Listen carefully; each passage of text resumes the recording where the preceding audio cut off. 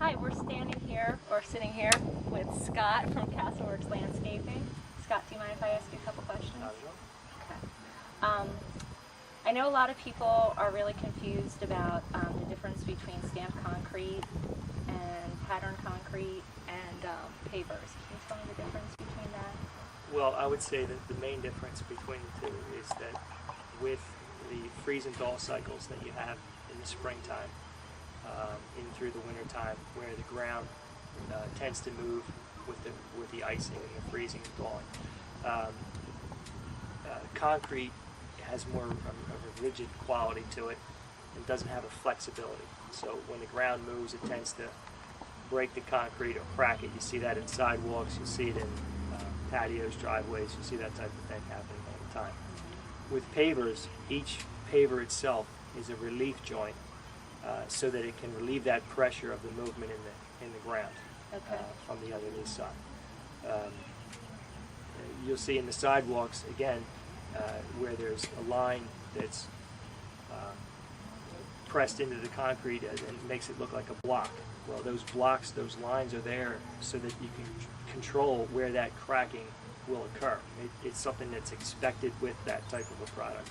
Because of the movement, it will crack eventually in some way or another. Pavers, however, will give you flexibility, durability. They have many different styles, many different colors that are available.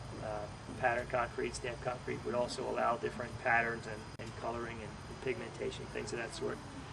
But again, I think the main difference that I've come across is that there's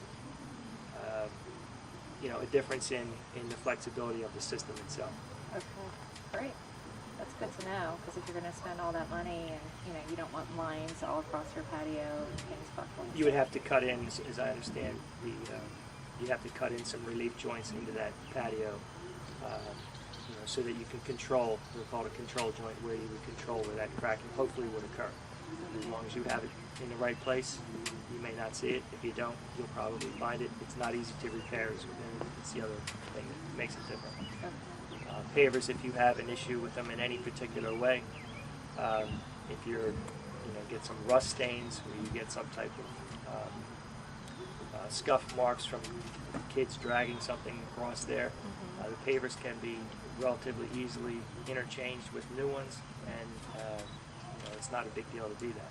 Okay. Whereas with concrete, once you have a crack in there, it's very difficult to repair and not have it as a visible repair. Right. Yeah, that was actually one of my questions. If something's stained or damaged, it's pretty easy to take up, and great, fabulous. Okay. That's a good feature. I mean, it's something that you don't want it to happen. Recommend if you have a grill to put some type of a protective mat underneath to, reduce the amount of grease or spillage that you would have on the area, so you can protect the pavers and keep them in good shape.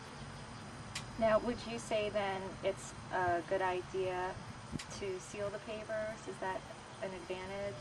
Sealing will help enhance the color. Okay. If you've seen pavers when they're wet, they seem much more vibrant. The colors tend to jump out, so you'll have that type of appearance all the time. Okay. Another thing that they'll help do is help seal the sand in the joints, have that stay in place, and give you some more sealability, I guess, in those areas. Okay. That's a word. All right, that works. Can EP Henry pavers be used in a driveway? Certainly. Okay. It's recommended to use a thicker paver in the driveway. But yeah, they can certainly be done in there. It requires a little bit more excavation, a little bit more base preparation. The job will cost more for the same amount of coverage as compared to a patio, because you have a lot more area, a lot more volume of material that has to come out, and a lot more has to come in. So it's going to be more money for a job like that in similar square footage as